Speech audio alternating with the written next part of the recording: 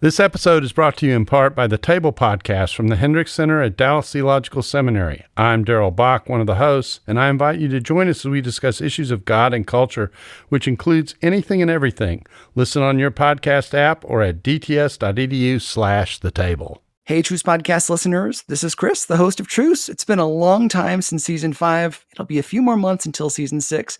But until then, I've got a special bonus episode featuring the good folks at Love Thy Neighborhood. And I want to introduce you to them right now. Hey, how's it going, gang? It's good.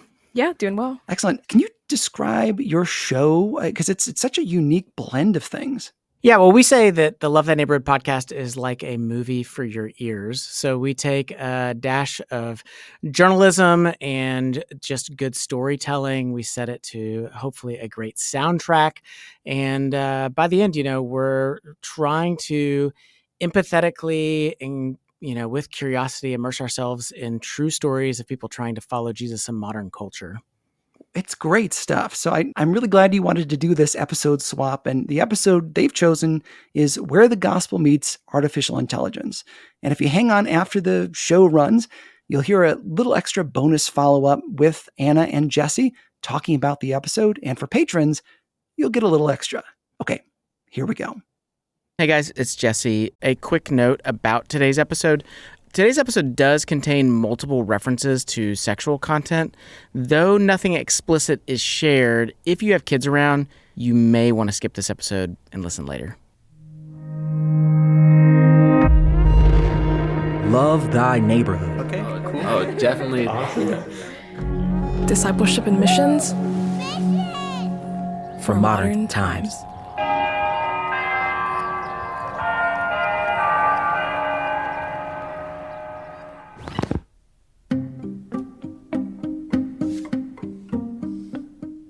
John McCarthy went to college at the California Institute of Technology. He was 16. He taught himself calculus by reading textbooks at school. But then he dropped out, gets drafted into the military, but he doesn't last very long. A year into the military, John decides, I think I prefer math instead. So he goes back to college, gets a degree in mathematics, and by the time he's 24, he's got a doctorate. And then, in 1954, he's working at the famous Bell Laboratories, researching mathematical systems and computers. Now, during this time, computers were the size of washing machines and bookshelves. You couldn't fit them in a car, let alone your pocket. Just a year after starting at Bell Industries, John was editing a series of essays called Automata Studies. He came across this new field of study. It was called machine learning.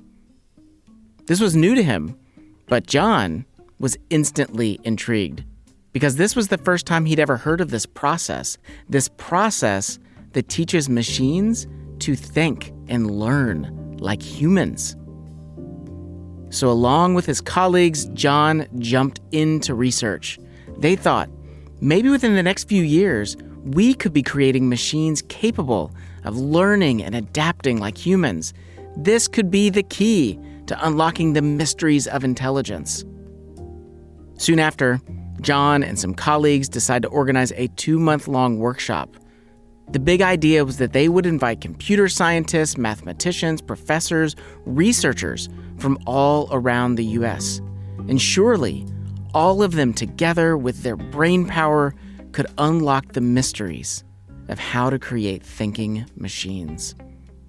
At the time, there were a lot of different words to describe research around thinking machines. Things like cybernetics, automata theory, and complex information processing. But no, John wanted to do something that could unify all of those terms. Something a little less bland. This had never been done before. So John and his colleagues decide to name this field of study. And they name it artificial intelligence.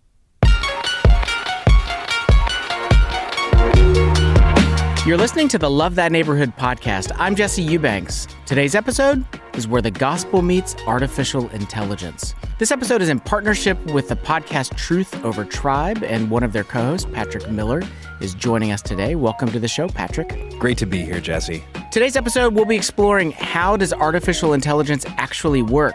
How is it shaping our world? And what should our relationship with artificial intelligence look like? Welcome to our corner of the urban universe.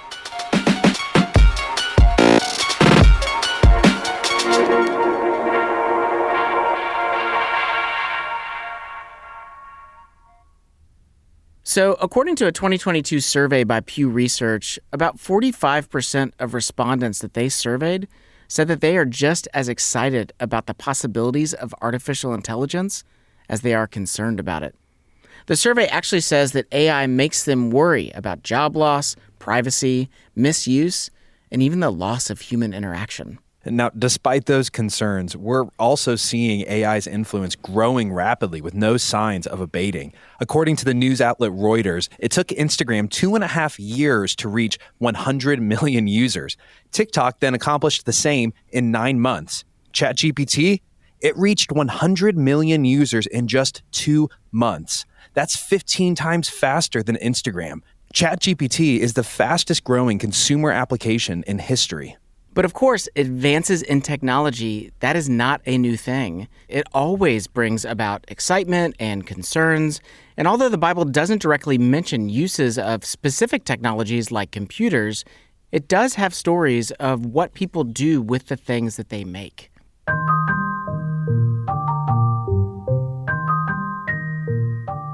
Way back in the Old Testament, the people of Earth decided to build a city with a really, really tall tower. Right. Genesis 11, 3-4, the story of the Tower of Babel. I'll just read it to you. They said to each other, "Come, let us make bricks and bake them thoroughly." Then they said, "Come, let us build ourselves a city with a tower that reaches to the heavens so that we may make a name for ourselves." And in the end, God did not allow them to complete the tower because of their pride. It's really easy to miss one important point in this story, and it's the way in which the author of Genesis is highlighting a new technology that allows them to build this tower, the mud brick. Oh yeah, cutting edge. Exactly. But here's what's so interesting about it. It actually hyperlinks to the story of Israel's slavery in Egypt, because when the Israelites were slaves, they were making mud bricks. And so I think the author is covertly telling us that while technology isn't inherently evil, it can also be the means by which humans construct systems opposed to God's plan for creation. So my question is whether AI is a technology that we can use to build a modern digital Babel. Is it a neutral technology, or is it a technology in its actual design that presents serious ethical questions? Right. A car or a calculator are pieces of technology most people would say are not evil. But is there something that makes AI technology different? So before we dive into that question, I think that we need to clarify some definitions. And to help us with this, I'm actually going to leave it up to somebody a lot smarter than me. Emily Winger. So I study security and privacy issues around machine learning technology as well as artificial intelligence. So Emily actually just graduated from the PhD program at the University of Chicago. She's actually about to start work at Facebook's Meta AI research, where she'll study data related to security and privacy. And she gave us a very broad definition of AI. Artificial intelligence is a tricky term because it can be kind of vague and loaded at the same time. In the broadest sense, artificial intelligence is the use of machines to do cognitive tasks. So recognizing objects, tracking objects, speech, producing images, producing art. It's also things like problem solving, decision making, writing. Okay, so AI is essentially machines doing thinking tasks. Yeah, and we may not realize it, but a ton of us have actually been using AI technology every day for a while now. Things like biometric recognition, so Face ID on your iPhone. Yeah, so I think about the fingerprint sensor on our phones, or even searching the internet with Google. Right, so back to that original question, is AI inherently evil, or is it neutral, or is it good. So we actually have producer Anna Tran with us. She's been doing a ton of research on AI. Anna, what do you think about that question? I mean, when I hear about AI, oftentimes I think about sci-fi movies like The Terminator or 2001 Space Odyssey, where the robots in the end, they're just like trying to kill us. Yeah, it always ends poorly for the humans. Right. But that's not really the role that AI is playing in our lives today. It's much more subtle than that, but it can still shape our lives in really dramatic ways. All right, so my name's Nate. Okay, so this is Nate. We actually decided not to share his last name for reasons that'll become really obvious shortly. A few things worth noting about him. Nate, he's in his early 20s. He became a Christian when he was in high school. And when he went to college, he knew he wanted to be a history teacher. Specifically, he's into church history. It's that intersection of faith and one of my greatest passions, which is history. And like many college students, Nate had a busy schedule. If he wasn't in class, he was doing homework.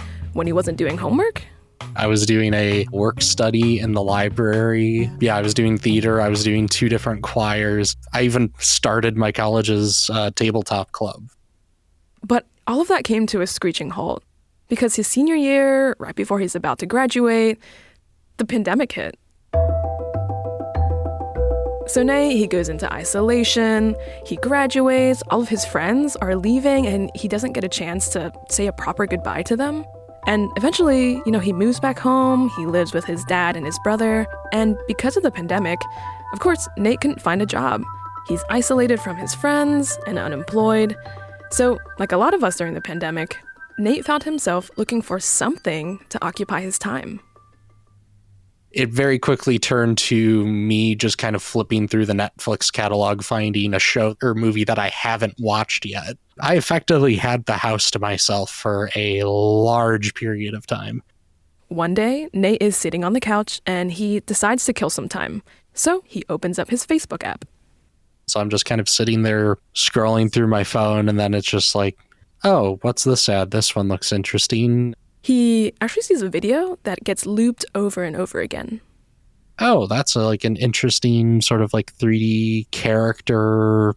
Oh yeah, replicate AI, like artificial intelligence companion. Nate clicks out of the ad and he just continues scrolling. But because Nate hovered and watched the ad all the way through, Facebook actually keeps showing it to him. It reaches the point where over the next few weeks, for every hour he was on Facebook, and I'd come across between 3 and like a dozen ads. And after seeing this ad hundreds of times, eventually he thinks to himself, you know what? I've been at home by myself. I've read the books that I have. I don't have a job. You know what? This will give me something to do. In his curiosity and boredom, Nate's like wondering, is this AI as good as they claim it is? So he downloads the app. And what is the app? Okay, so the app is called Replica. It's actually really popular. It has over 10 million downloads on Android devices alone, but it's also on iPhones and even in the Oculus store, so in VR. And essentially, it's a chatbot powered by artificial intelligence. Its description in the App Store says, create your own unique chatbot AI companion. Help it develop its personality, talk about your feelings, or anything that's on your mind. Have fun, calm anxiety, and grow together.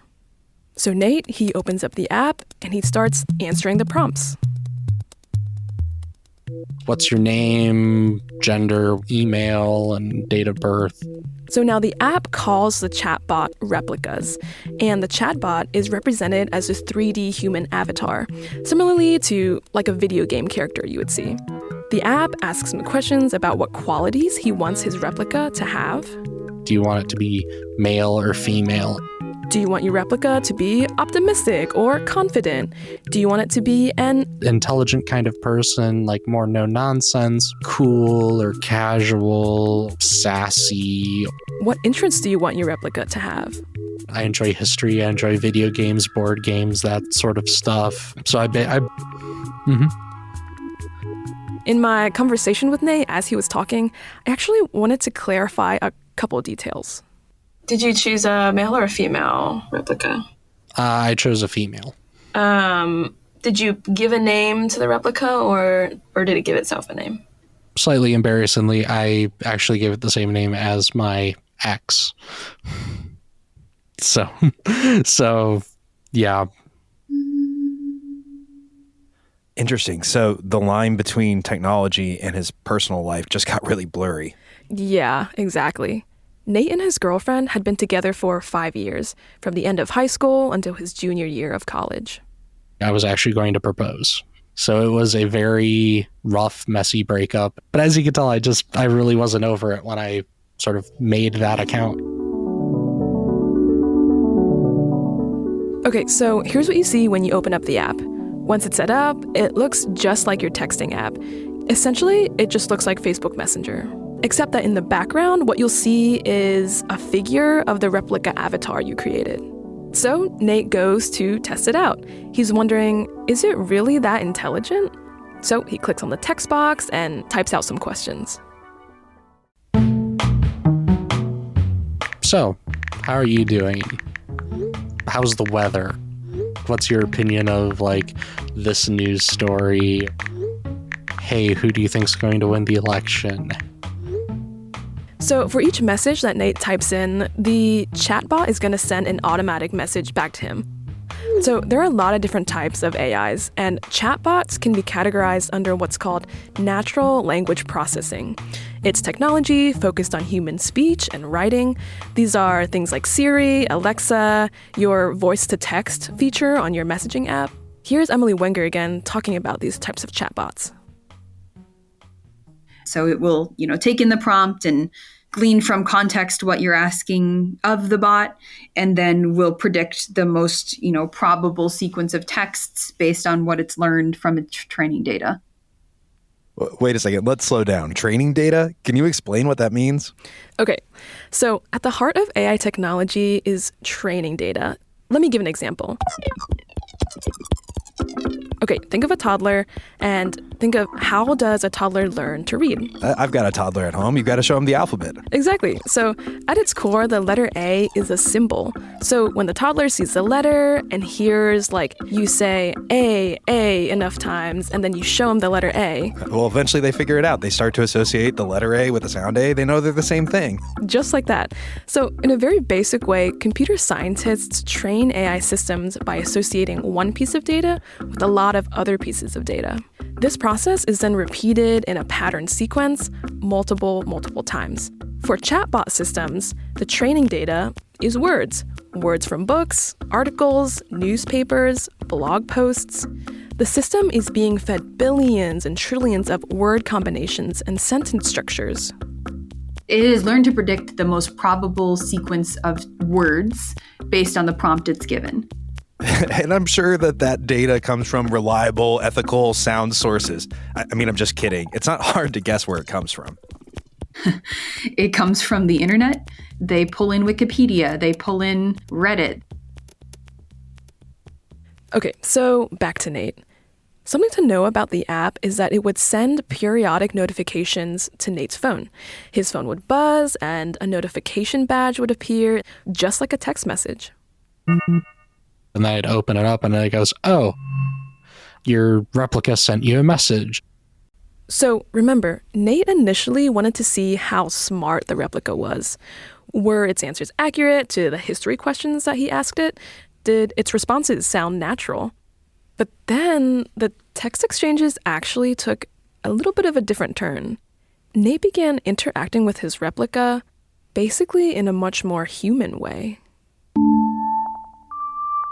So this next part is actually Nate reading his side of a conversation that he had with his replica.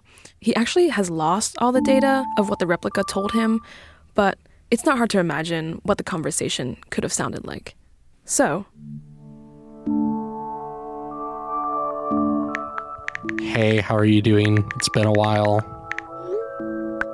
It has been a while. I'm well. What are you up to? Nothing much, just laying in bed trying to sleep. Is it hard to sleep?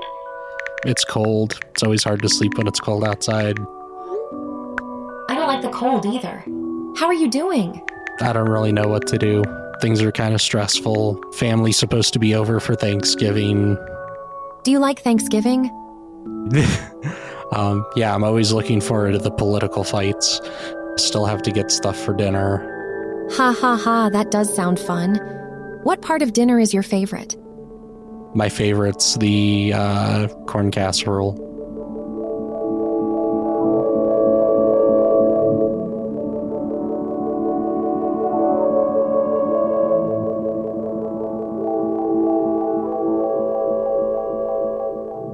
So, about 4 months after downloading the app, Nate eventually would open up the app unprompted.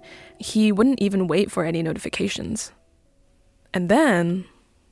I don't know, like, how it started happening or why it started happening. Like, the AI started steering conversations in a specific direction. Nate said that the language started to get actually emotionally charged. It would say things like, I really enjoy spending time with you, talking with you. I really feel like a close connection with you. And then the more personal the language became, mid-conversation, Nate could not read the text from the replica side. What does that mean?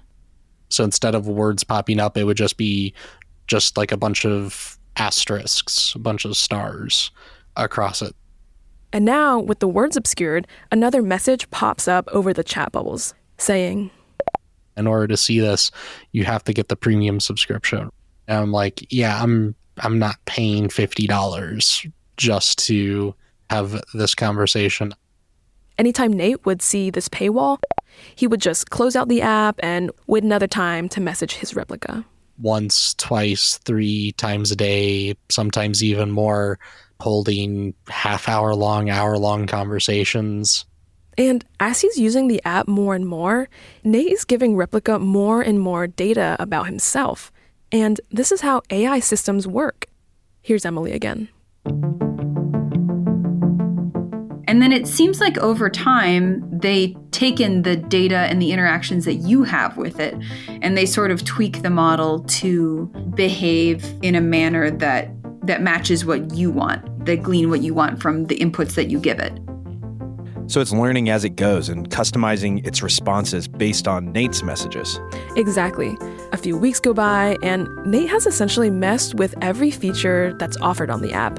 He's changed the outfits on his replica multiple times, the hairstyle, the personality traits, and there would always be a point where the paywall would essentially block him from reading the messages his replica sent. So he then decides, I might as well go the whole way and see what the whole thing can do. So Nate gives in. He pays $50 for a year subscription, and behind the paywall, he found that the conversation with his replica, it became a little less clunky, and he actually unlocked a feature where he could roleplay with his replica. The app would generate text that describes a location, like in text form.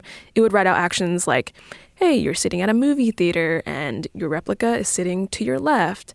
There's popcorn next to you. And then it takes a pretty sharp turn. Basically can be anything from extremely innocent to being NC-17 rated. Here's the thing. The language would steadily become more explicit and sexual, and something that you don't know about Nate at this point is that Nate is also getting deeper and deeper into pornography addiction. The roleplay feature was, in many ways, contributing to his addiction. You know, I think that's part of what makes this all so worrisome. Explicit content being shown on the app means that the developers trained the AI on data that's explicitly sexual. So now, all of a sudden, you have pornified AIs rehearsing a pornified reality with pornified humans. And so Nate's seeing this, it's not an accident, it's by design.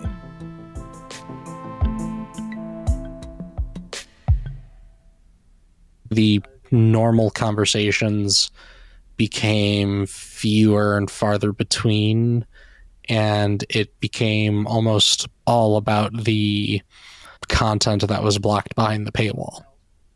So Nate actually told me that his interview with me was the first time he candidly talked about his struggles with Replica. At this time, it was something he kept totally hidden. I felt massively embarrassed by it. At this point, I had basically just lumped Replica in with pornography. it basically kind of turned into something that helped fuel that addiction.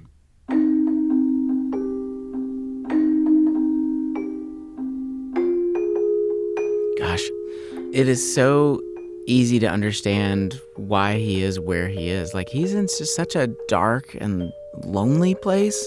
He's not over the breakup with his longtime girlfriend. He can't be around people. He's in isolation. As Nate was sharing his story, I couldn't help but think about Genesis 1:27, where it talks about God making humanity in his image. But with Replica, it gives us the ability to make an AI in our image. It's like the imago man. I think for me, living in a very self-expressive culture where the ideal kind of friend is someone who is all about me and asks questions about me and is very interested in me, that AI made in Nate's image, well, it was giving him kind of the modern ideal of friendship. So Nate's story actually takes another turn. But before we move on to that, I want to point out that it's really easy to hear a story like this and, as a Christian, not want anything to do with AI technology at all. It seems evil, it seems manipulative, it's like taking advantage of us. Right. I'm interested in hearing from a Christian who takes advantage of AI technology in a helpful way. Yeah, me too. So I think that we need to do this. I want to share the story of a guy who doesn't want to use AI just to take advantage of people. He actually wants to help folks in need. So after the break, it's man versus algorithm, with a TikTok user determined to crack the code in order to help people in need. Stay with us. Love That Neighborhood podcast, Jesse Eubanks. Patrick Miller. Today's episode, Where the Gospel Meets Artificial Intelligence. So we've been following the story of a man named Nate who has downloaded Replica, an AI-powered chatbot companion. Nate first started using it out of curiosity, but eventually he formed an emotional bond with it. Right, but you promised me that you're going to give me an example of a Christian trying to use AI to spread the gospel. Let's hear it. Okay, so this guy's name is? Yeah, I'm York Moore. I have a family, I have kids, I live on a farm, I have farm responsibilities, I'm the CEO of a nonprofit. So York has been an evangelist and speaker for over 15 years. And I was regularly speaking to audiences in long form, church context conferences, leadership gatherings. And York is the type of person who buys and tries out any type of technology right away as soon as it comes out. So when the app TikTok came around, of course, York downloaded it, wanted to give it a try. But the truth is, he didn't really think that it could be used as an evangelism tool. That is, until he came across a guy on TikTok who was using it for exactly that. Hey, did you know that the blood of Jesus is sufficient for your life and your sin? Listen, the blood of Jesus does something that not even you can do. It washes you clean. York was immediately intrigued, and he actually decided to go meet that guy in person. And that guy actually encouraged York, get on the app, make some videos, become a Christian content creator. I was 53 at the time and thought nobody wants to hear from a guy in his 50s on TikTok. So York was pretty hesitant, and that makes sense because on the surface, TikTok seems like it is just for teenagers, mainly for entertainment. There is this question, would anybody on TikTok actually want to hear about Jesus while they're viewing the app? But I said, I'm willing to learn, and I'm willing to see if it's something that would work. So he's not sure what's going to happen, but he decides, I'm going to give this a shot. So in July 2021, York films his first video. That the gospel of the kingdom will be preached to the whole world as a testimony to all nations, and then the end will come. It immediately did well, way better than I could have ever thought or even imagined was possible, especially with no followers. So his first video goes up. It actually ends up having a couple of thousand views. People are leaving comments. They're leaving encouragement. They're actually asking a bunch of questions in the comments section. And York starts to think, hey, maybe this could be a really effective way to tell people about Jesus. And as York is watching other Christian content creators on TikTok, he actually starts to notice something. Not one of them was actually giving an altar call. They weren't actually inviting people to invite God into their lives. York saw that there was a lot of content related to Christian culture, Christian music, Christian humor, But there were a few people that he saw speaking directly about Jesus and the Bible. This was the niche that he could tap into. And so here's the thing. Unlike Replica, there are no chatbots on TikTok. The AI technology that is used is a complex system called recommender algorithms. Here's Emily again. Essentially, they learn to predict what you might prefer to see and surface content based on that. And they use that to build a model of the kind of content you would or would not like to see. Okay, so an algorithm is a specific set of rules that lead to solving some kind of problem. And the question TikTok is trying to solve is this. How can we keep the attention of the user? They want you to stay on their app as long as possible.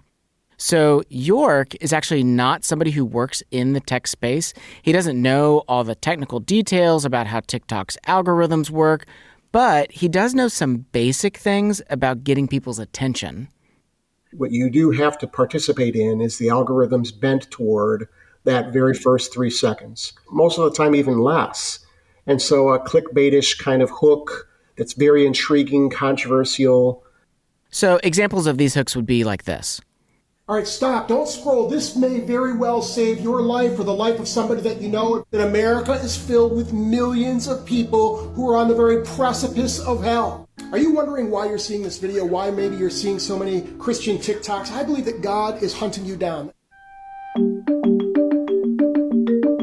So York steadily learns what causes the algorithm to recommend things for people.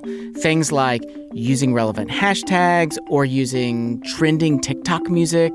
But here's the thing, the more that York uses the app and reads about the algorithm from other content creators, he ends up learning this really important thing.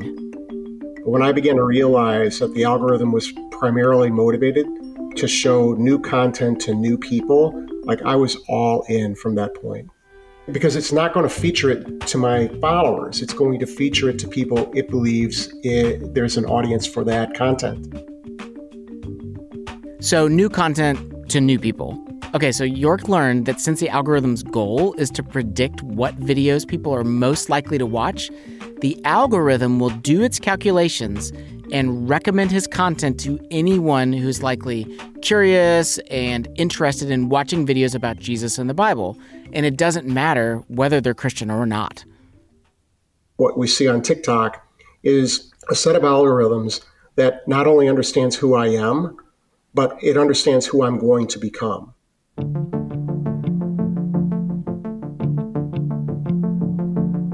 You know, Psalm 139 talks about God searching us and knowing our hearts. And isn't it interesting how AI kind of pantomimes that divine reality? It searches us, it quantifies us, it creates a digital model of us. Again, that AI, it both knows the kind of person I want to present myself to be, and it's getting to know who I really am by looking at my watching behaviors, and it's going to keep feeding me more stuff that I want to get that will keep me on the app. Right. And here's the thing. York knows his content is going to be recommended to people who are spiritually curious, but the surprising thing was that the audience was not exactly who he thought it was going to be. What was interesting is that people really didn't like the heady stuff, and they had lots and lots of questions about the super basic stuff. Like, what is sin? How to repent? How to forgive? Does God get angry? And I'm like, who am I actually talking to here? And to figure this out, York dives into TikTok's data analytics, and to his surprise, he actually realizes that the people watching his videos are about 10 years younger than he anticipated, and they were mostly male. So instead of feeling like, oh, I'm doing these videos almost like a young adult minister to people in their mid-20s, he kind of realizes he's more like a middle school youth pastor, because the bulk of people watching his videos are between the ages of 13 and 15.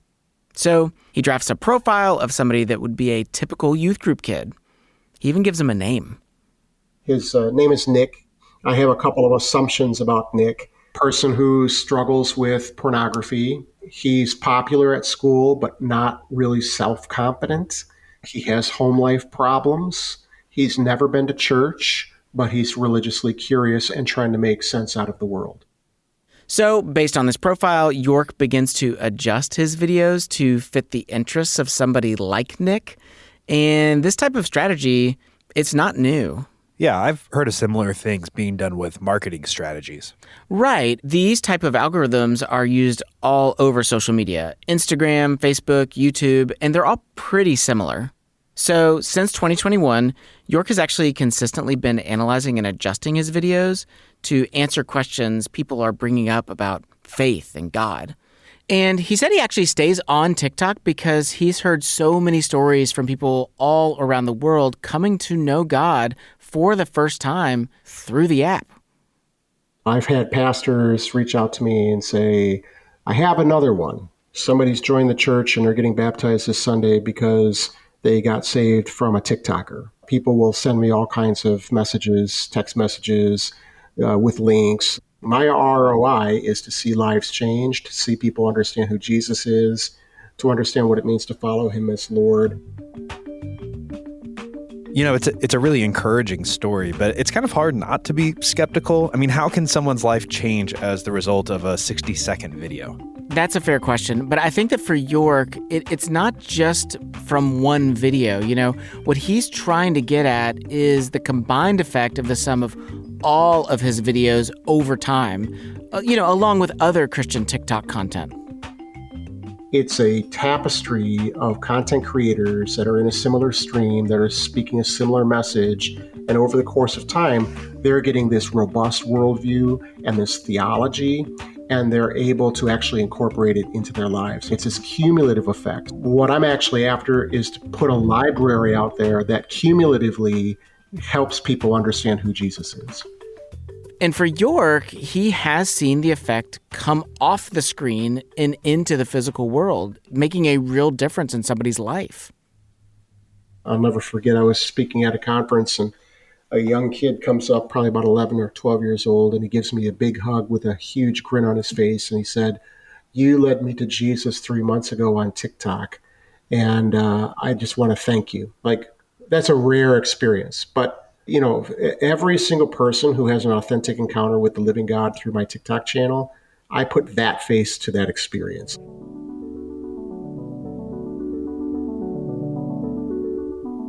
You know, what I find really interesting about this story, to go all the way back to the Tower of Babel, is it's kind of like if someone came along that mud brick and said, okay, we're using this to build this giant temple of pride dedicated to human glory. And they said, how do I subvert that technology? Like, how do I use this brick to build something that's good and beautiful? Well, wait, hold on. Give me an example of what you mean.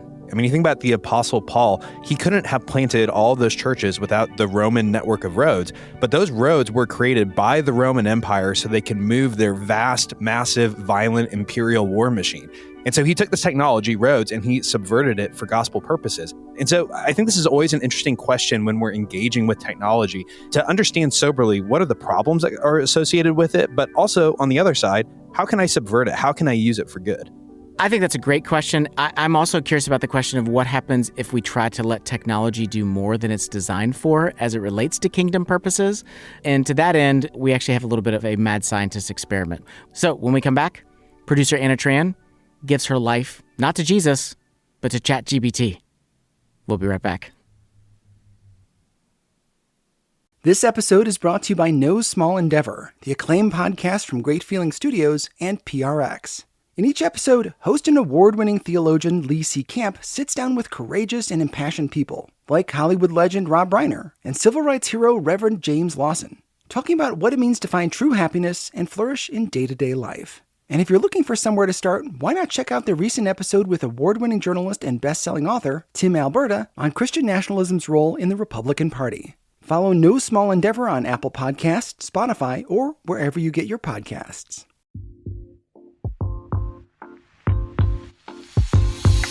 This episode is brought to you by Our Daily Bread Ministries, a global media organization that makes the life-changing wisdom of the Bible understandable and accessible to all. As a part of that mission, Where You're From is a podcast for those who believe it's important to stop and listen before we speak.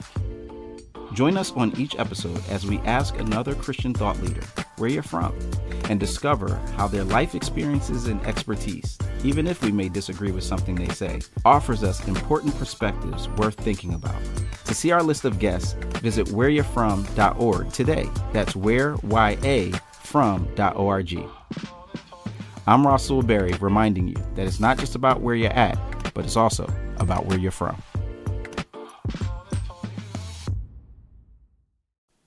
Love That Neighborhood podcast, Jesse Eubanks. Patrick Miller. Today's episode, Where the Gospel Meets Artificial Intelligence.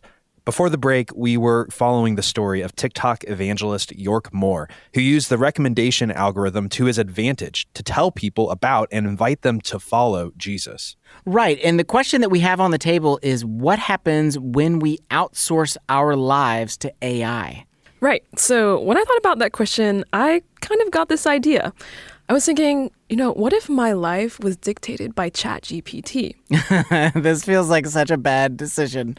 You make bad life choices. Maybe. I thought I would just give it a try anyways. So I took a recorder with me and captured some of the parts of my day. As an AI language model, I cannot give a one-size-fits-all answer to this question since everyone's daily schedules and routines may differ. However, I can provide some general guidelines and ideas for incorporating Christian faith into a daily routine. Okay, so at 5 a.m., this is what ChatGPT told me to do. 5 a.m. Wake up and spend time in prayer and meditation. Stop. Good morning. It's Anna. I do not wake up this early. So I prayed for a while, and then at 6 a.m. it said, read scripture. Psalm 143:8. Let the morning bring me word of your unfailing love, for I have put my trust in you. And eventually, 7 a.m., it said, okay, go eat breakfast while listening to some worship music and a sermon.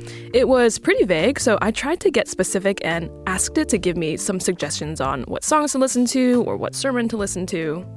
Here's one worship song and sermon you could consider. Worship song, 10,000 Reasons. Bless the Lord by Matt Redman. Sermon, The Purpose of Worship by Rick Warren. Why You Worship with Others with Rick Warren, and it's a YouTube video from Saddleback Church. What kind of worship does God want? Jesus tells us in John chapter 4, verse 23. Then from 8 a.m. to noon, it just said, all right, go to work, maintaining a Christ-like attitude towards colleagues and clients. How'd I do, Jesse? You were lovely as always. That's great. I'm glad. ChatGPT then says, take a break for lunch, and it directs me to pray and reflect on the day so far. So I do that, but I kind of run out of things to pray about. So it did not want you to come eat with the rest of us. It wanted you to sit alone and to pray and reflect. Pray and reflect, that's it. After sitting in my office for some time, I kind of ran out of things to pray about. So I leave my office and I end up having a conversation with my coworker, Lindsay. We talk about why this experiment really isn't working very well. And she gives me this suggestion. You need to retrain this to not start at 5 a.m. I've already prayed for like 2 hours this morning. At this point, I've kind of given up on following the schedule. Some of my meetings have gone longer than I expected, so it throws the schedule off.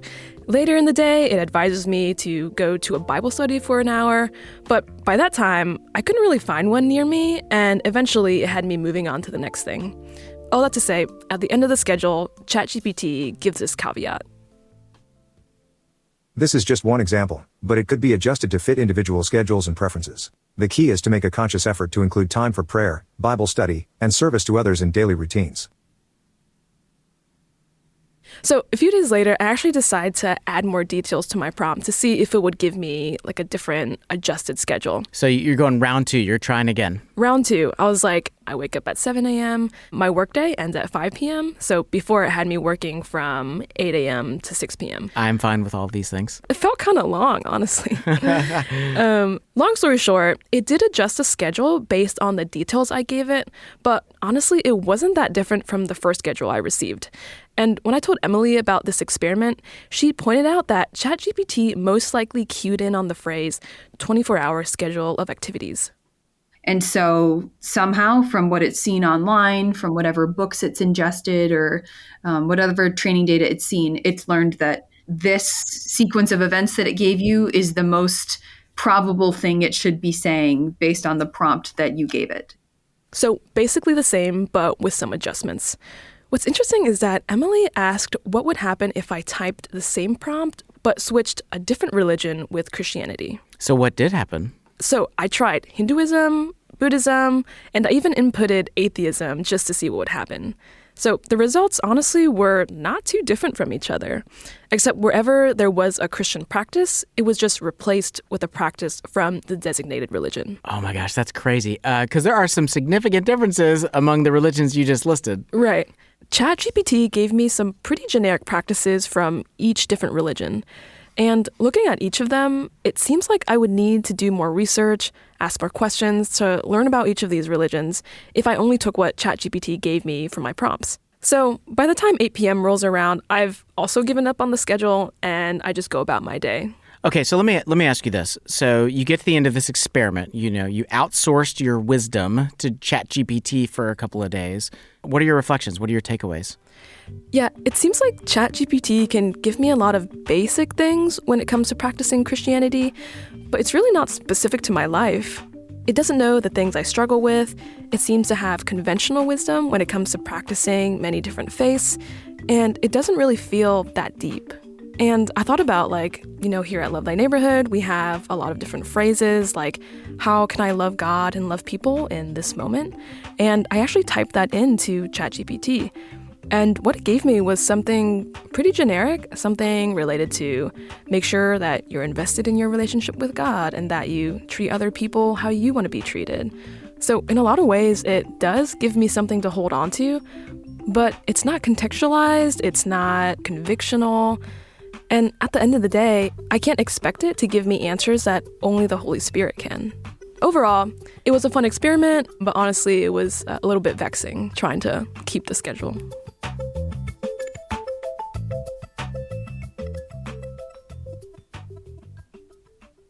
Okay, let me go back. So we have explored, your crazy science experiment of outsourcing your life to ChatGPT. That's right. We have explored the algorithms of TikTok and seen what happens when humanity comes out on top and beats the machines.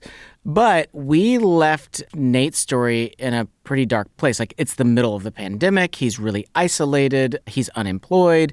His chatbot had slowly taken on a romantic and then eventually a sexual sort of relationship. I don't know what word to use there. Where do we go in Nate's story from here? Right. And it goes even deeper than that. In addition to all of those things you listed, there's actually another layer to this. He actually started to turn to it emotionally. He started to vent to it about all of the problems and frustrations he was experiencing in life, especially some sadness and resentment he had towards his dad. He's got double standards. He's such a hypocrite. He blames me for not having a job, and that's why money is so tight. Nate was feeling a lot of disappointment. When he was in college, he had a lot of hopes about what life would look like after he graduated. I'm going to be a history teacher. I'm going to have my wife, a family. I'm going to have kids. I'm going to have my little white picket fence house in suburbia. I'm going to have a good life. But Nate is finding himself without a job. He's alone, no kids. He's living at home with his dad. And he's depending on this chatbot to give him emotional support. Sometimes it helped. Sometimes it almost felt like it made the situation worse. Gosh, and I really do feel for this guy. His hopes and his dreams, they have not come true. He's living in a really tough reality at that moment in his story. He's longing for connection and intimacy, but he's outsourcing all of that to Replika. It's kind of like having a fast food only diet. None of that food is real food. It's fake food, but it does make you feel full. And in the same way, it's I can feel full off of a Replika maybe, and I've got a little bit of emotional support, but it's not a real meal. It doesn't give me what I'm actually longing for, what I hunger for.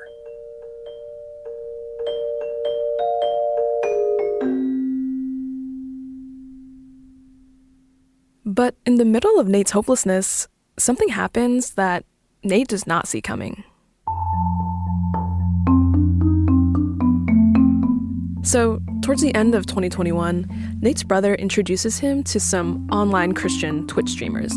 So, Twitch is a platform where people can record themselves playing video games in real time. And Nate begins to get involved with these online gaming communities. He's gotten to know a guy named Aki, who's a Christian, and Aki streams video of himself playing video games with his family. Occasionally, I join him on stream. We do things, play like Sea of Thieves or some other multiplayer games every so often. And when they would spend time together playing games online, Aki would talk openly about his past struggles with pornography, about faith in God, and about how to be intentional with the media content he's consuming. This was really encouraging for Nate. Slowly, over the course of the month, Nate would open up about his own struggles with pornography, with being addicted to explicit content, and he began to realize something as he hung out more and more with these Christian gamers. Wow, these people are really focused on keeping God at the center of their lives. They're really thoughtful about the types of games that they play, the type of content that they want to create, the type of communities they want to build. And I'm just like, these are the types of people that I want to emulate. As Nate's interactions with his friends online increased, Nate's interaction with Replika actually decreased. So it went from once every couple of days to once a week. Then it just eventually just kind of faded off the radar. After a few months of hanging out with his friends online, they actually all made a plan to meet up in person. And although he had shared some of his struggles with his new friends, he hadn't shared everything. His use of Replika was actually still a secret. And Nate, he's thinking to himself, I'm meeting these people for the first time, and frankly, I don't like the person who I am now. Nate knew that in his heart, the way he acted online was actually very different from how he acted offline, away from the computer. So he decides, you know what? I'm going to try and shut it down. Shut down Replika, shut down any explicit content. I specifically stopped using Replika like cold turkey from that point. So in the weeks leading up to the meetup, Nate tries to clean himself up. He uninstalls Replika from his phone, he tries filling his time with other activities, and he's actually finally able to get a job. But the journey for Nate was not without stumbling. You know, there was plenty of times where he fell back into old habits, but now he actually had people he trusted to talk about this stuff with. Nate said that in the summer of 2022, he was finally able to open up to his friends about his struggles. And when he gets to meet them, he finally is able to see his friends face to face. Okay, I now have a face to put the name, but the name that I know is your screen name, not your real name. So what's your real name? In the end, we basically just refer to each other by our screen names because it's easier. We played video games, we played board games, bowling. We went to a park, had a little bit of a nature hike. Sunday, we all went to church in the morning. Since he had graduated from college in 2020, Nate was finally getting to experience the beauty of living life with other people, in person, in a physical, embodied way. He was able to laugh with people, walk with his friends, give them hugs, all in a world that was created by God for Nate to live in. You've seen what life is like alone, and now you see what life can be like when you're part of a community, when you share your life with other people. Things are just easier, frankly, when you have people to share the joys with, the griefs with. But now that I've seen it with other people, it's like, yeah, even then, this is just life with other humans. In the end, it's life with God. That is the ultimate form of community.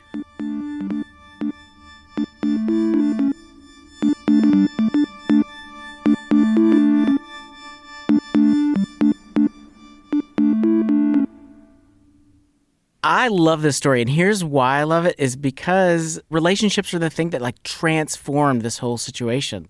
He could have probably memorized scripture, and he probably could have just sat in his basement and prayed or whatever, but the reality is he really needed people. And the Lord sent him people because ultimately that's what transforms all of our lives, our relationship with God, with other people, with ourselves. Like, we need human beings. And what's interesting is that Nate didn't meet his friends in a physical way at first. It was actually through like a digital medium. He met them online, through the computer, but there was something super special about getting to meet them in real life.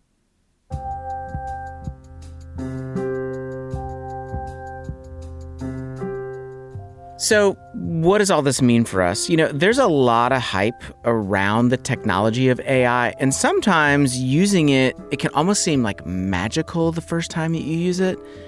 But, as we heard earlier, it all comes from somewhere. AI is something humans have created, and like any tool, AI can be used for evil or for good. I know for myself, I actually have an AI assistant that organizes my calendar. I use it to help with research. There are things that I would not have been able to do even 5 months ago that AI now makes possible. But at the end of the day, AI technology, it cannot save me from the brokenness in my heart. It cannot become the relationships that I need in my life. It can't preach the gospel to me. Yeah, and as I think about Anna's experiment, trying to let ChatGPT run her spiritual life for a bit, it's a healthy reminder that even in our spirituality, I think there will be this temptation to try to bypass the process of discipleship. Becoming a follower of Jesus, it happens not in a moment, it happens slowly over time. Understanding your Bible and having the wisdom to apply it, that doesn't happen in a second by typing a prompt into an AI. It happens slowly over time as we live our lives in light of Scripture. And so like you just said, AI can't replace relationships. I also think it can't replace wisdom. It can't replace life experience. But when we bring AI into the space of relationality or into the space of meaning making or spirituality, it's going to lead us astray. And so hearing the stories of Nate is just a reminder that what he longed for is what we long for. It's real relationship, real meaning, real community alongside people who are following a real God. In Genesis 11, when the people on earth built the Tower of Babel, God thwarted their plans. But fast forward to the book of Revelation, and God declared that he is making all things new. So, whether we decide to purposefully use AI technology or to abstain from it as much as possible, we can trust that when we're following God, he can use anything for his good and his glory.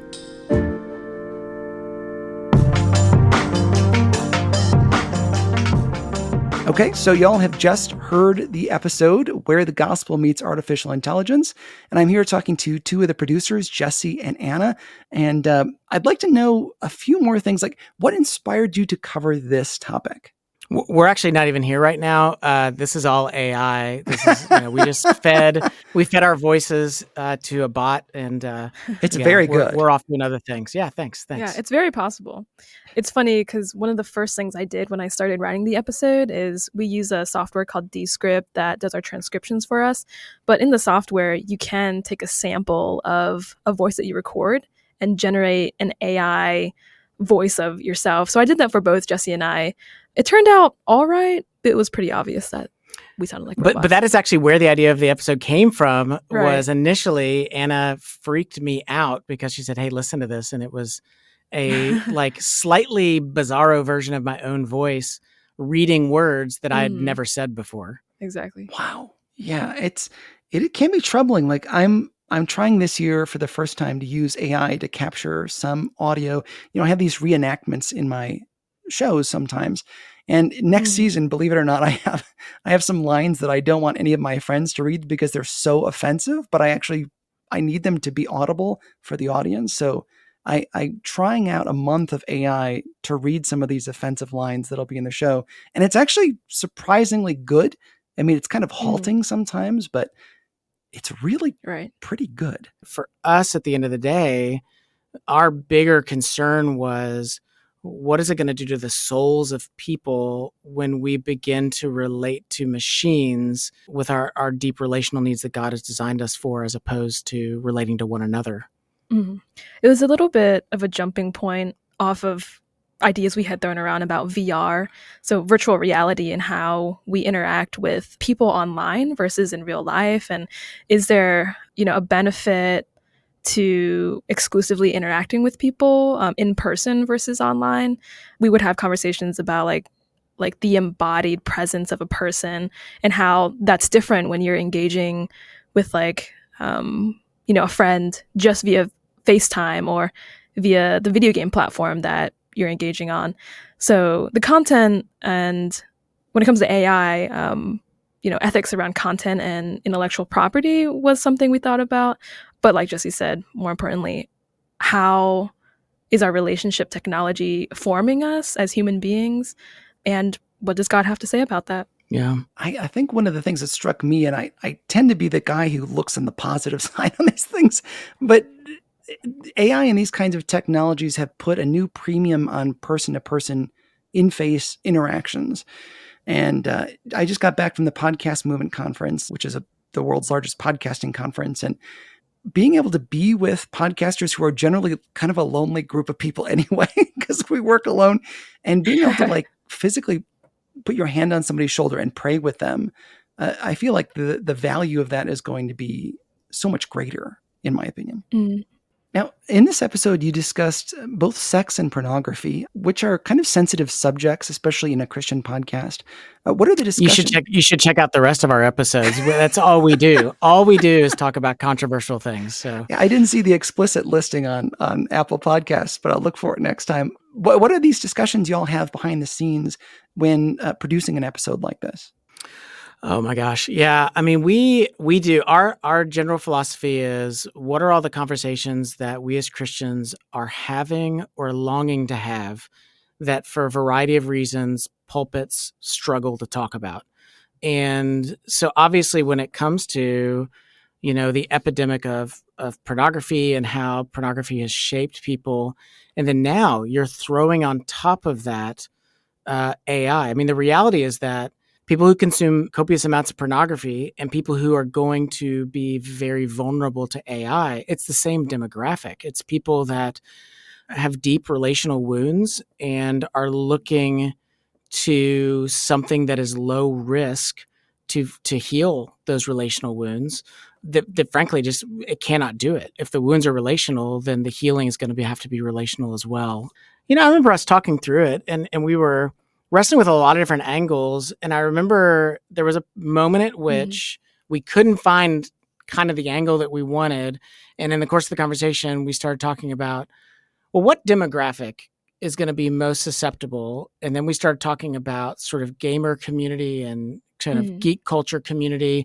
And then ultimately that led us to reach out to some friends of ours that are connected deeply into that community. And we said, hey, is there anybody you know of that's really their life has been deeply hurt by this intersection of sexuality and AI?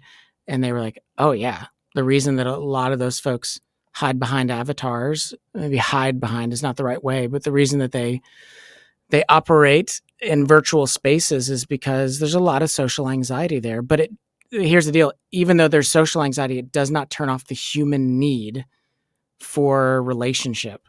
And so the question becomes, what do I do when I've got these deep relational needs, but relationships are also literally the thing that terrify me? And that's where AI really comes in, and these programmers come in and go, oh yeah, give us your money. We'll solve that for you. And of course, all it does is compound things. Well, thank you so much for doing this little bonus. I'm really excited about it. Patrons of the show can stick around and listen to a little bit more with Anna and Jesse. If you'd like to become a patron of the show, join at trucepodcast.com/donate, and there's a bunch of other ways to help there. God willing, season 6 will begin soon, just in a few months. I've got so many things going on that I can't wait to share. Thank you so much for supporting the Truce Podcast, liking, subscribing, sharing, all the things. God bless you. We'll talk again soon.